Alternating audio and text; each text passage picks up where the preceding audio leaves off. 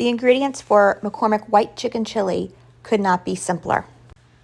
A pound of chicken breast, a little bit of oil, a 15-ounce can of beans, and the seasoning packet. Let's get started. You're going to set a pan over medium to high heat, and to that you're going to be adding 1 to 2 teaspoons of a vegetable oil. Give that a nice stir around to coat the entire bottom of the pan. Then you're going to add your cut up chicken breasts to the pan.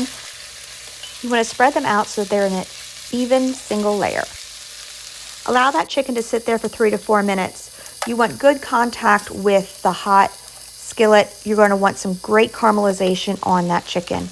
You'll know that it's ready to flip and move when you can just scrape it up with the spatula and it easily releases from the pan.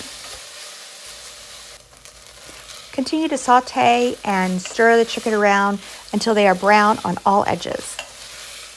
This next step is totally optional. It's just something that I do. I will wake the dry seasonings up by sprinkling them over the chicken. The heat will wake the seasonings up and kind of toast them and bring them back to life. Now you're going to be taking that can of beans and just dumping it, juices and all the liquid right into the pan. You're going to use that liquid to deglaze the bottom of the pan, making sure to scrub all those yummy bits off of the bottom and incorporate them into your soup. And then you're going to add 1 cup of water to the soup, giving it a good stir to fully incorporate all of your ingredients together. The final step is to pop a lid on it, set a timer for 10 minutes, stirring it midway just to loosen everything up, and you're good to go.